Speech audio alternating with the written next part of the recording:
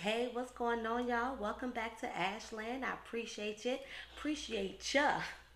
If you are returning back here with me, but if you are new, I appreciate it. If you love recaps, talking about reality TV, TV shows, chopping it up, definitely subscribe.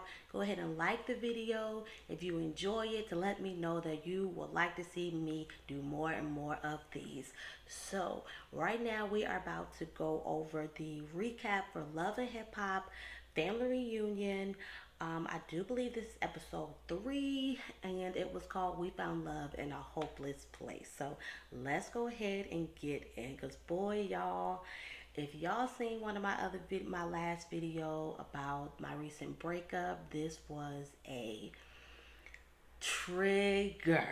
Okay, all right. So like I said, y'all, this was stepping all over my toes, complete trigger, but nonetheless, I enjoyed the episode.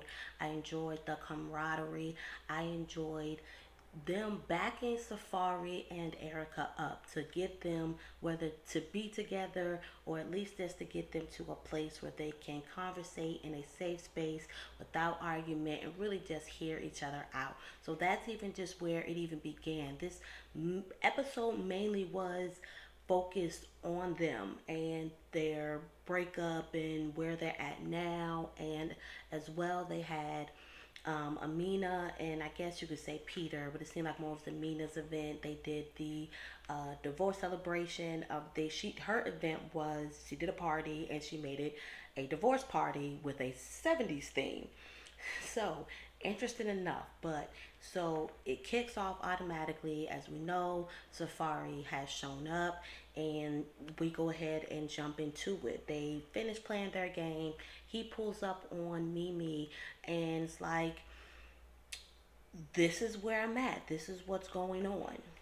He admits that he had not spoken to, Erica because, it's kind of just best he felt to, give them the space. But he was talking to Mimi about where him and Erica are, how basically it's gotten so far that he doesn't even know how they're going to come back to. And that's, usually basically saying like it's just been so much disrespect, so much stuff going back and forth. And of course, Mimi, being in that type of, relationship, she can kind of, relate to him. Like, y'all just need to get to a place where y'all can sit, talk, you not argue, she not argue, you're, not necessarily mad, but a place where y'all can really get with each other and really talk with each other. And so they in their little game or whatever, whatnot, they're playing flag football. I remember it was field day, and they take a little second to kind of have a they do end up having a conversation, and it of course it gets ugly, and basically she feels, disrespected by his actions, how he, handled things at his birthday party with Bobby's friend. And, he's just like, oh, you keep saying I abandoned you and I didn't abandon you. And what she does continue to say that, he did leave her. She's like, at the end of the day, it's like, you don't even know what abandonment is. And she was like, he's like, you just leave it and that's it. She's like, you did leave and then that's it or whatever. It's just rough. It's rough seeing them in that place, especially when I literally myself had literally have kind of been in that situation that they are in right now. The difference is I've been in my relationship longer. We have more cycles of repeating the cycles in a relationship with each other. But either way, it gets ugly. Disrespect, you disrespect each other. You say things you don't mean, and you don't really necessarily what I understand. And even when listening to because eventually they did, just basically part. They separated them, and Mimi and Amina and them, they continued to talk to Erica and Marcus, being a married man, which I definitely felt like, who he should have been talking to, another married man, put him to the side to kind of be like, hey, this is how you got to see things. And even Shakana came up and sat with them as well and tried to just be like, hey, she's hurt. Like, I see it. She's just hurt. And for Safari, he doesn't want to deal with that. His way of dealing with that is to leave and to get away. And for Erica, that's abandonment. For somebody who does have abandonment issues, that is abandoning. And Marcus says something to Safari that I just completely related to, because I yell, I get loud, in my relationships and when I'm arguing, because I want you to hear me and because I'm upset. And he literally, when he said it, he was just like, don't see her as a threat. She's loud because she's hurt. And I was like, Marcus, you just explained it. You literally just finally put it into words. I don't want to, I'm not trying to be argue. I'm not trying to yell, but I'm just trying to get you to hear me, necessarily. So yeah, so Safari feels like, he's done no wrong. She filed for the divorce, so why does she care? She acting single, you pointing out that you're single, and basically he acting single, so why you even mad? At the end of the day, regardless of us being broken up, or if I've made this move, if you've made that move, if I made the decision for us to break up, it doesn't mean that what you do going forward doesn't bother me and it doesn't hurt me. And what I kind of understood all in all with even this entire situation, their situation, and even in my own, situation, is when you don't necessarily understand your partner, when there's certain things you don't necessarily may not even know about them, maybe he didn't necessarily know that Erica has abandonment issues, and maybe she don't understand that all that, while yes, that's how you're trying to express, it makes him retract, it makes him go in, and he doesn't want to deal with that. He wants to, okay, I want to wait till she calm down. I don't want to deal with her like that. And she's thinking it like, no, you just leave me and you don't want to communicate with me. That can get so misconstrued, and you don't, especially when you don't understand how that person works. And again, I don't want to make this about a whole comparison about my relationship, but that really spoke volumes to me, because I can hear her and I hear him too, and it's literally just like y'all just missing each other. Like y'all just like y'all, if you just need to understand this about her, you need to understand this about him, and then once we can understand that, maybe, just maybe, we can somehow move forward. And Erica's more like, let's just focus on, co-parenting, and that should be the main thing, because this relationship thing is not what it is right now. And so maybe we need to just focus on being parents and just being there for the kids and being pro, excuse me, not pro, but positive role models, and focusing on that as far as our kids and our co-parenting situation. All right, so that's not even it about them, but I want to just go ahead and kind of get on this whole Amina and Cisco situation. So get into this whole Cisco and Amina, Safari, I mean, not Safari, Peter off situation, because something's just fishy about that, about this hookup, them just kissing. Something just ain't right about it. I got my eyebrow really raised on that entire situation. So Cisco's like, hey, I got three people I need to fix things with. Safari, which I'm trying to remember what their thing was. Like, why do they need to make up? I kind of remember, I'm kind of getting flashbacks in my head, but they got to make up. He got issues with him, Peter, and Seth. That's who we kind of want to fix things with, on this trip. And him and Amina somehow end up talking or whatever or whatnot, and he's basically kind of like blaming her for them having, him and Peter having, issues as far as their friendship. And he feels like, you do things, you basically come at me because it's going to make him jealous, and you do that to make him jealous. And she's like, why would you think that? He's like, because I think, you still love him.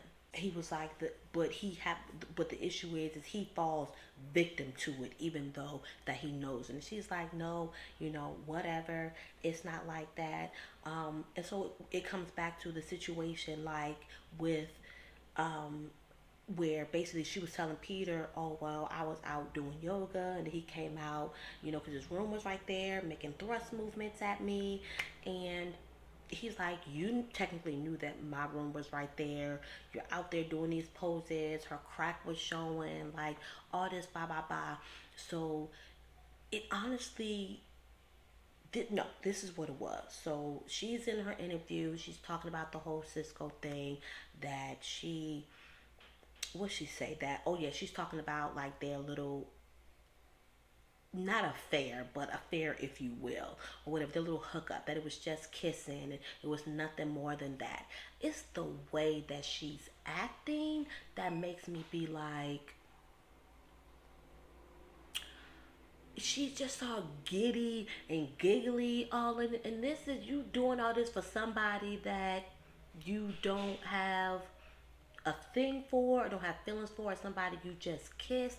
Something ain't right. And as well, it makes me think that she do be trying to she does do this to get like a rise maybe out of Peter, or like just something about her motive just not right. She's making little snickering comments about them actually, them really hooking up or her sleeping with him. Like, why is that a joke to you? Like, their friendship is in the crap, regardless of you being divorced from Peter or not. Why are you even making a reference to sleeping with this guy now at this point? Like, it's making me look at Amina like just in a totally different way. It's making me look at her suspect, and I don't necessarily like it, but whatever. So they're talking,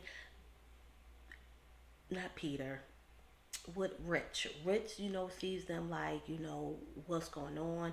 Did y'all sleep together? Like, you making things worse? Like, stay away from her. Just stay away from Amina. And I agree. He needed to stay away from Amina, because if you talking about you trying to make things right and you trying to get things through you with Peter, you don't need to be falling victim to anything that Amina got going on. You don't need to be falling victim to any throwing, poom poom throwing, none of that yoga posing. Don't be out there entertaining her because you see, bro, grow up.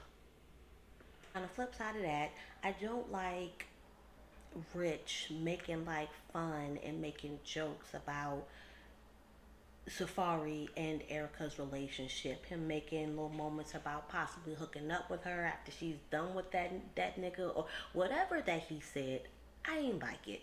Rich, you need to grow up too. It's the reason why y'all the creep squad. Like, ain't nobody checking for you just because you had her first. Like, y'all guys will get real like entitled. Like, I don't even know if entitled is even the word. Like, just because you had me first don't mean I'm always gonna want you, that you always gonna be entitled to me, that I'm gonna be at your, like, nah.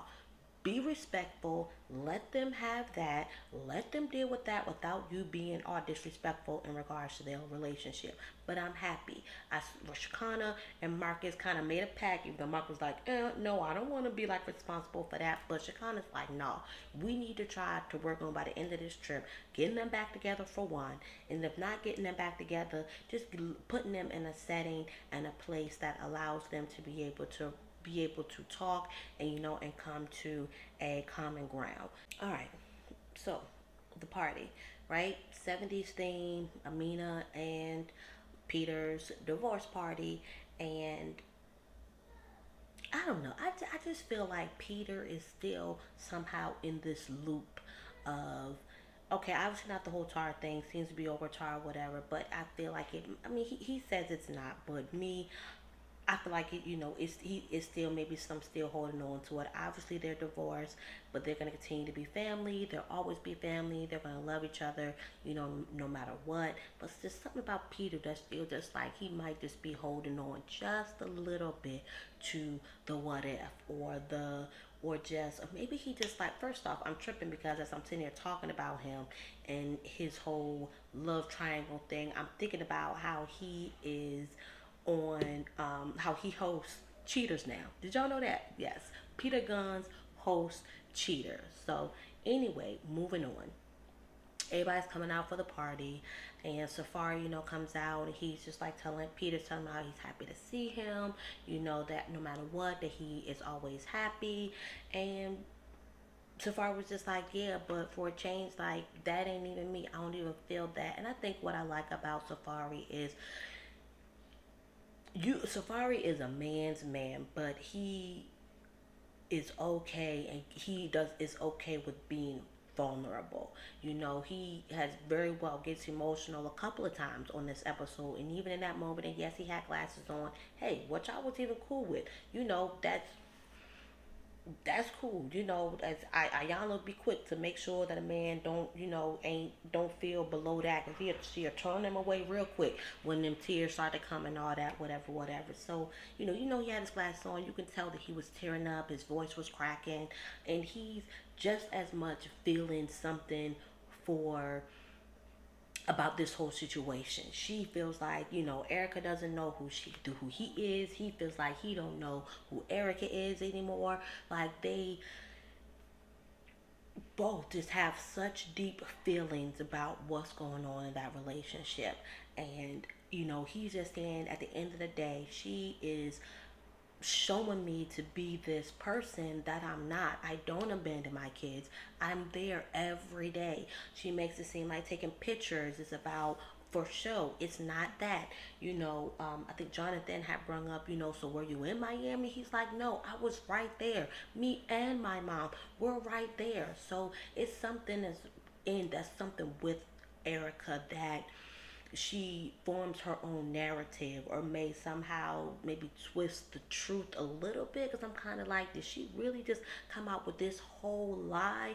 Maybe you were in Miami and then you got there before I had the baby. Like, I don't know, but he feels like that all she does is basically make up lies and make up stories.